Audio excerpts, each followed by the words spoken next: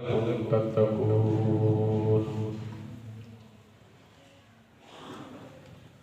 सुब्हान रब्बिका रब्बिल इज्जति अम्मा यसिफून वस्सलामुन अलल मुरसलीन वल्हम्दुलिल्लाहि रब्बिल आलमीन। अल्लाहुम्मा सल्लि अला मुहम्मद व आलि मुहम्मद व अस्हाबि मुहम्मद वजा मुहम्मद सिराजन मुनीरा फसल्लु अलैहि कसीरन कसीरा।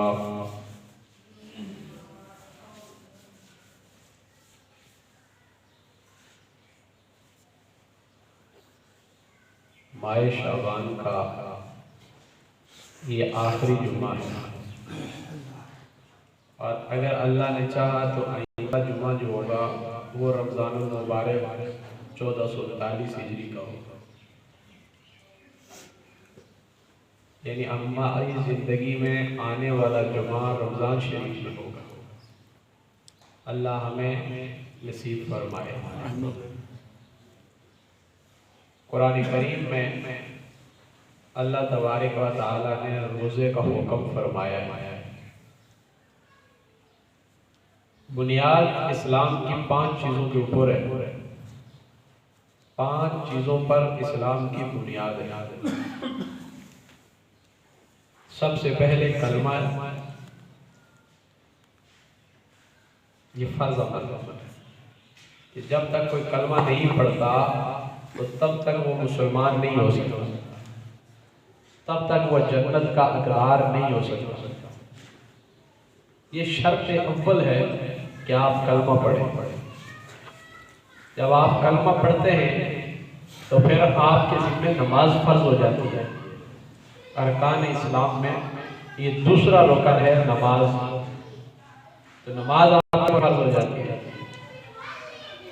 और तीसरा रुकन जो है वो रोज़ा है।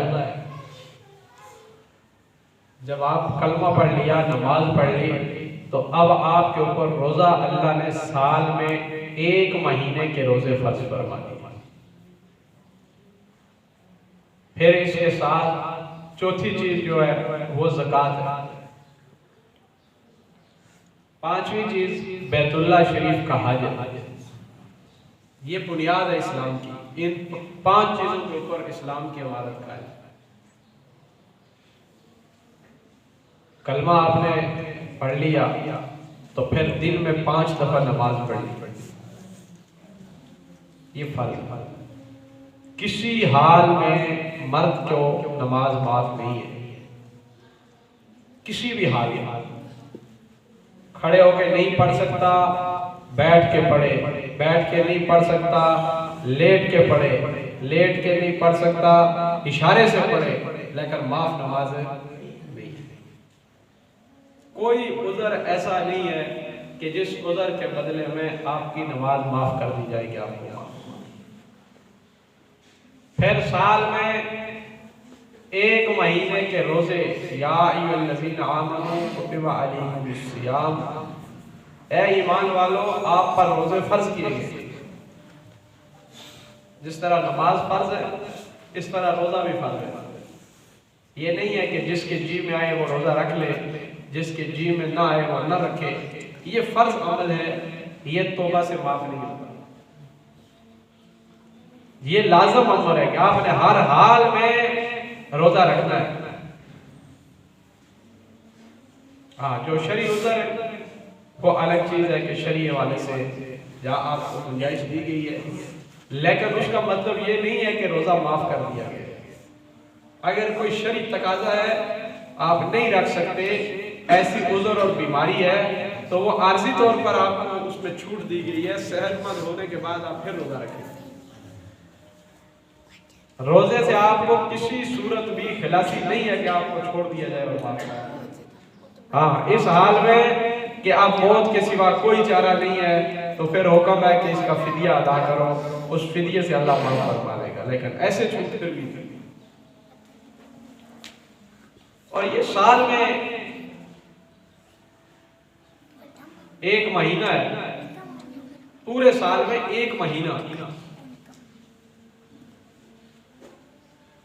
इसके तिब्बी फवाइद भी हैं, रूहानी फवाइद। अल्लाह ने बिला वजह किसी को मुशक्कत में नहीं डाला। ये एक तरबियत का अंदाज है अल्लाह का। और जितने अनामात अल्लाह ने रोजे के ऊपर रखे हैं उनका कोई नेमत बदल नहीं। सारी इबादत अपनी जगह आला है, लेकिन रोजा ऐसी इबादत है कि अल्लाह फरमाते हैं ये मेरे लिए है और इसका अजर भी नहीं। एक ऐसी खुफिया इबादत है कि जिसको टेस्ट करने से पता नहीं चलता कि ये बंदा क्या कर रहा है। कोई आदमी खा पी के पहली सफ में आके बैठ जाए तो किसी को क्या पता कि इसने रोजा रखा हुआ है कि नहीं। ये अल्लाह और बंदे का मामला है। ये खास चीज है अल्लाह के लिए और बंदे के लिए। इसलिए अल्लाह ने फरमाया कि भाई ये मेरे लिए है, इसका अजर भी मैं अता करूंगा। और एक रोजे पर इतना अजर है कि एक आदमी 70 साल पैदल चलता रहे, यहां पहुंचेगा जितनी उसकी मुसाफत बनेगी, अल्लाह इससे भी बढ़ के उसको अजर अता करेगा। और एक रोजा जिसने जानबूझकर जाया कर दिया, एक रोजा जानबूझकर जाया कर दिया, अगर वो सारी जिंदगी रोजा रखता रहे उसका अजर उसको नहीं मिल सकता। अब अंदाजा लगाओ। इसके 3 हशरे हैं। अल्लाह ने उन 3 हशरों पे इसको तकसीम कर दिया। और पहला हशरा अल्लाह ने रहमत का बनाया, दूसरा मगफरत का बनाया और तीसरा जहन्नम से आजादी का बनाया। हर दिन अफ्तारी के वक्त अल्लाह ला तादाद लोगों को जहन्नम से आजाद फरमाते जिनके मुकद्दर में जहन्नम लिख दी गई। उनके लिए बख्शिश का ऐलान होता है। ये सीजन है कि जिसमें अल्लाह ने सरकश शयातीन को बंद कर दिया, कैद कर दिया। शैतान बंद है, जहन्नम के दरवाजे बंद हैं, अल्लाह की रहमत के दरवाजे खुले हुए।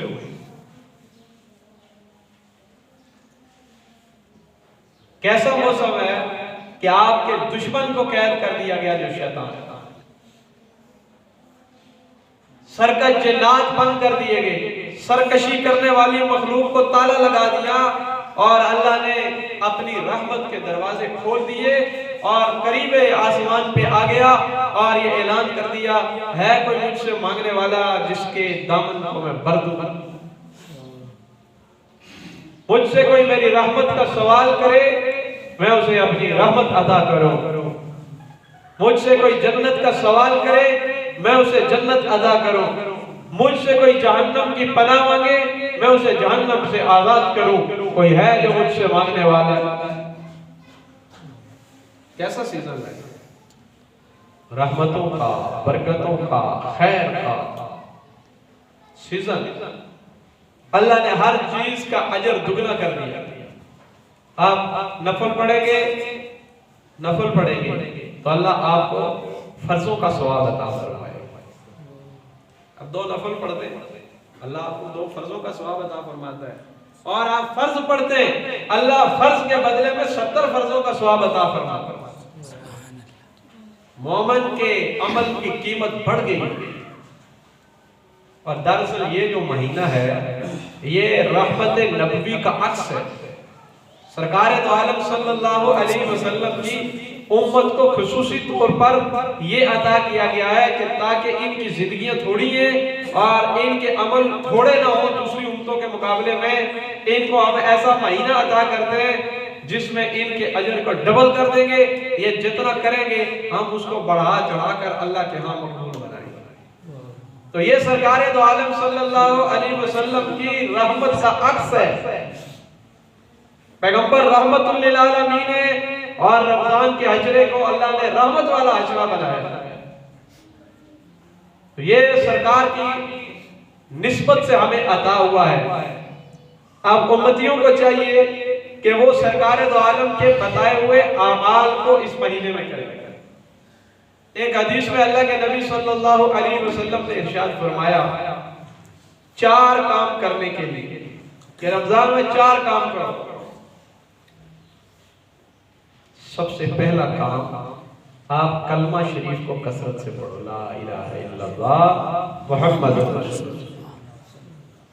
इसको कसरत से पढ़ो, जितना आप पढ़ सकते हो। नंबर 2, कसरत के साथ इस्तिग़फ़ार करो। और 2 काम ऐसे हैं कि जिनके बगैर आप रह नहीं सकते। एक, अल्लाह से जन्नत का सवाल करो, और दूसरा जहन्नम की पनाह मांगो। ये 4 काम नबवी आमाल है।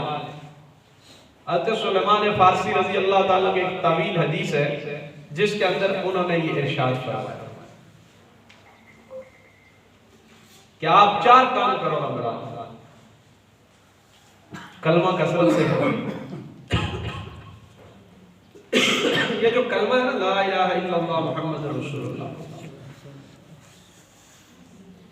ये बहुत बड़ी ताकत है, इसके अंदर बहुत बड़ा वजन है। ये रूहानियत का एटम बम है। इसको आप मामूली समझते हैं, कलमा ही तो है। ये कुफ्र और इस्लाम के दरमियान एक दीवार है। और रूहानी तौर पर जितने वज़ाइफ हैं, उन सबसे ज्यादा ताकतवर वजीफा जो है वो ये कलमा तैयबा है, ला इलाहा इल्लल्लाह मुहम्मदुर रसूलुल्लाह। और रमजान शरीफ में आपके सारे काम बंद होते हैं, फारिग होते हैं, रोजे की हालत में होते हैं।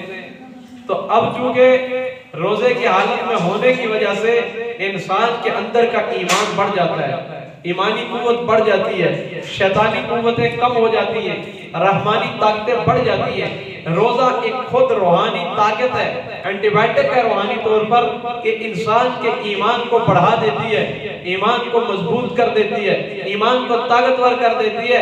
अब रोजे की हालत में इंसान का ईमान 100% ताकतवर होता है आम दिनों की निस्बत में। और आम दिनों में जो वजीफा आप पढ़ते हैं उसका असर ताखीर से होता है, लेकिन रमजान में पढ़े हुए का वजीफे का असर फौरन होता है, क्योंकि आप ताकतवर अमल कर रहे हैं। आप रूहानी तौर पर एंटीबायोटिक ले रहे हैं और वो रोजा है। अल्लाह के नबी सल्लल्लाहु अलैहि वसल्लम का इरशाद है कि रोजा जो है ना, रखो तो दुरुस्त हो जाओ।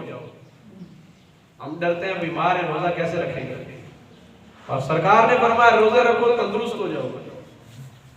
रोजा तो कई बीमारियों का इलाज है, कई बीमारियों का इलाज है रोजा, रूह की बीमारियों हो या जिस्म की।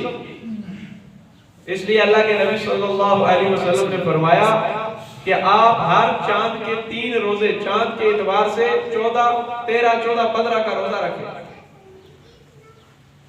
ये रूहानी एंटीबायोटिक है जो हर महीने तुम लो। तुम्हारी रूह ताकतवर रहेगी, तुम्हारा जिस्म ताकतवर रहेगा, तुम्हारा महदा एतदाल में रहेगा। अब हमारी मर्जी है कि हम इससे फायदा उठाएं या न उठाएं। कमली वाले की बात बहुत आला और बाला है, वो कमजोर नहीं हो सकती है, उसमें शक नहीं हो सकता। अब रमजान से डरने की जरूरत नहीं है, भाई रमजान आ गया, क्या करें, शुक्र करें आ गया। अल्लाह ने एक मौका और दे दिया जन्नत के करीब जाने का। ये तो बहाना है रहमत का, जन्नत जाने का। तो कलमा शरीफ को इसमें आप कसरत से पढ़ें। मैं एक बात और आपको बताऊं, 70,000 दफा जो आदमी ला इलाहा इल्लल्लाह मुहम्मदुर रसूलुल्लाह का निसाब पूरा करता है तो उसके लिए अल्लाह बख्शिश का ऐलान फरमाते हैं।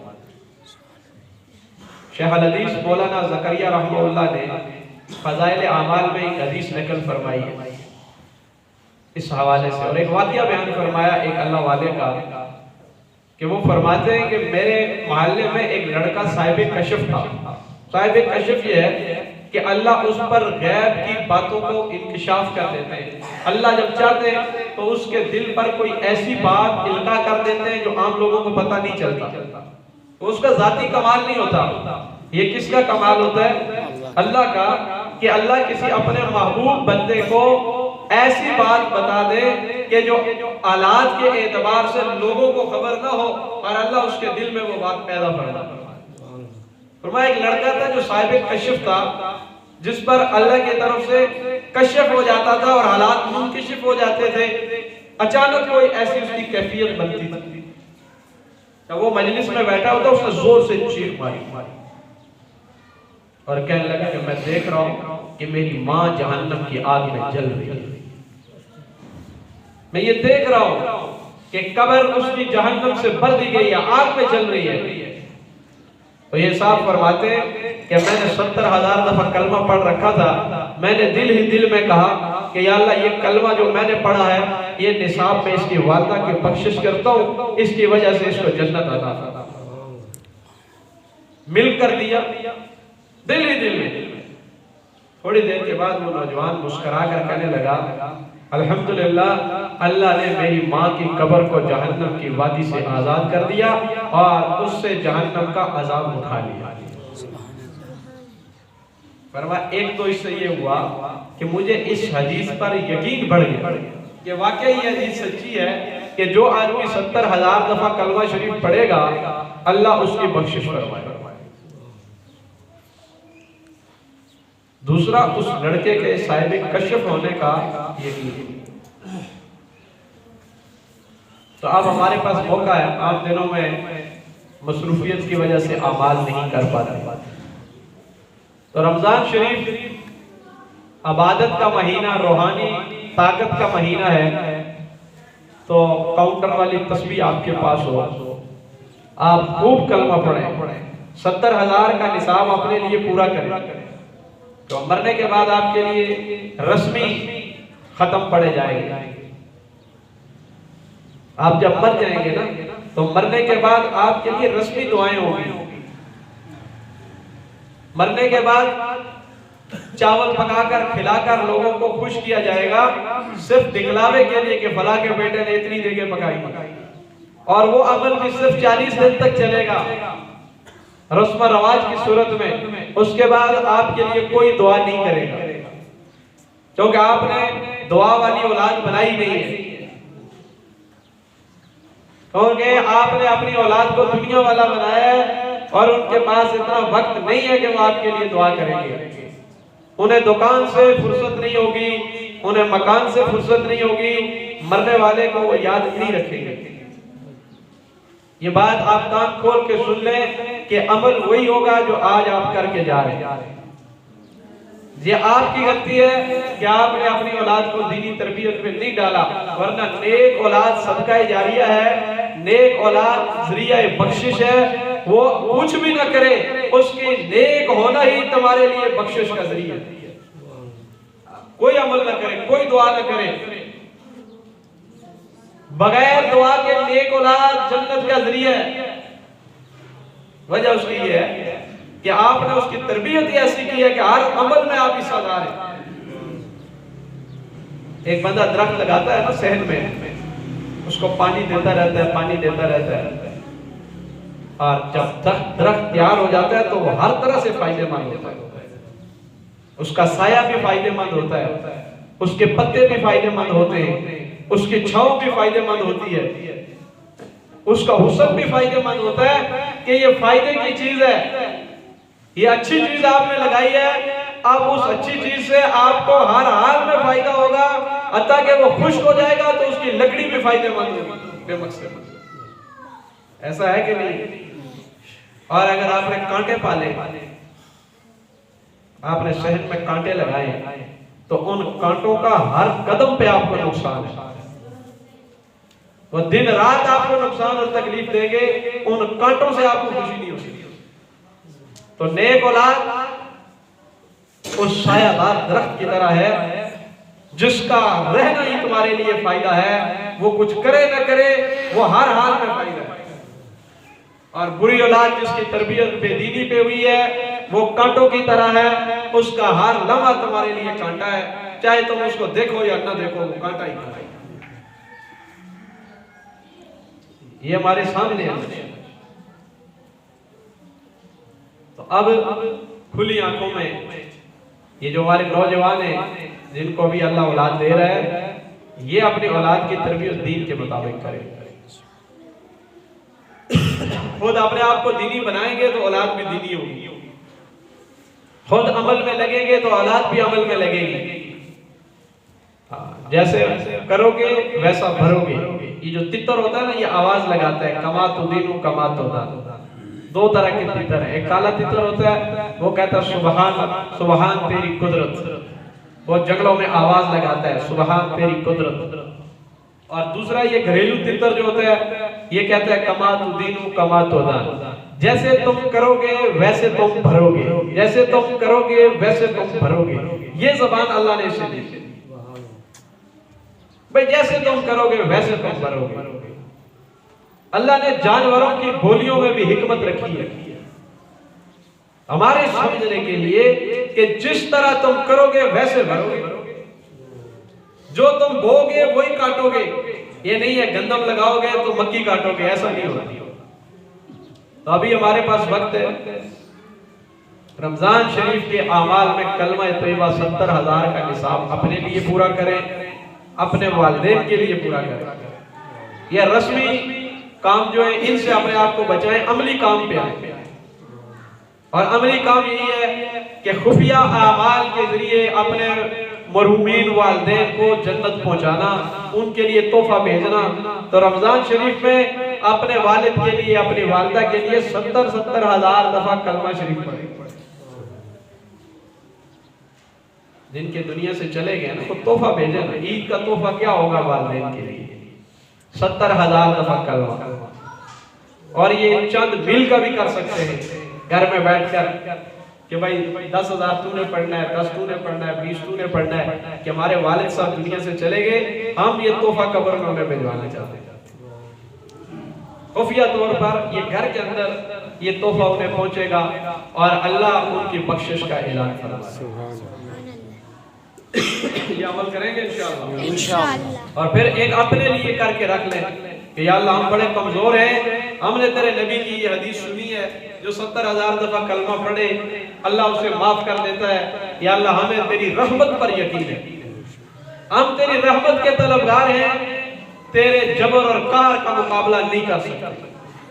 आजिज बन के रमजान में खूब अल्लाह से मांगना है और अल्लाह से ये कहना है, या अल्लाह हमें आपकी रहमत का यकीन है, बस तू भी रहमत वाला, तेरा हबीब भी रहमत वाला और तेरा रमजान भी रहमत वाला, और हम तुझसे तेरी रहमत का सवाल करें। इस रमजान के महीने में ये 4 काम जो मैंने बताए, ये रसूलुल्लाह सल्लल्लाहु अलैहि वसल्लम की हदीस का अक्स है। सैयदना सलमान फारसी ने नकल फरमाया है कि 4 काम करो, कलमा शरीफ को कसरत से पढ़ो, इस्तग़फ़ार कसरत से करो, और जहन्नम जन्नत अल्लाह से मांगो, जहन्नम से पनाह मांगो। अगर तुमने अपनी जिंदगी को इस्लामी रसूलों के मुताबिक बनाना है, ये 4 काम रमजान में तुम करोगे, बाकी हर गुनाह से बचोगे। 2 चीजें हैं जो सरकार दो आलम ने फरमाया जहन्नम लेके जाती हैं, एक मुंह है और एक शर्मगाह है। ये दोनों चीजें जहन्नम लेके जाती हैं। और रमजान में दोनों चीजों से बचना आसान है। अपने मुंह तो बंद रखना है, हराम चीज नहीं खानी है, तो साथ गाली गलौज लड़ाई झगड़ा भी नहीं करना है। नस्वार वाले हजरात जिन्हें नस्वार चढ़ जाती है, उनके लिए भी इन्नल्लाह मास्साबिरीन, सब्र का महीना है। अपनी अफ्तारी को भी मत खराब करें, अपने घर वालों की अफ्तारी को भी मत खराब करें। भाई नस्वार चढ़ गई, यही तो सब्र का महीना है। जब ज्यादा तकलीफ हो तो फिर आप दुरूद पाक ज्यादा पढ़ें। रमजान अपनी औरतों पे उतारते हैं, गुस्सा करते हैं, लड़ाई करते हैं, घरों के माहौल को खराब करते हैं। उधर से वो अफ्तारी का जो वक्त होता है वो खुशी का वक्त होता है। हजूर ने फरमाया सल्लल्लाहु अलैहि वसल्लम कि अल्लाह ने इस उम्मत को 2 खुशियां अता की हैं।